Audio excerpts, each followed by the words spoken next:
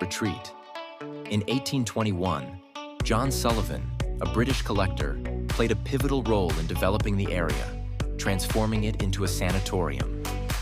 The influence of colonial architecture is visible in structures like the Stone House and St. Stephen's Church, making the town a delightful blend of Indian and British cultures. Natural beauty. What sets Ooty apart is its breathtaking natural beauty. Surrounded by lush green hills, dense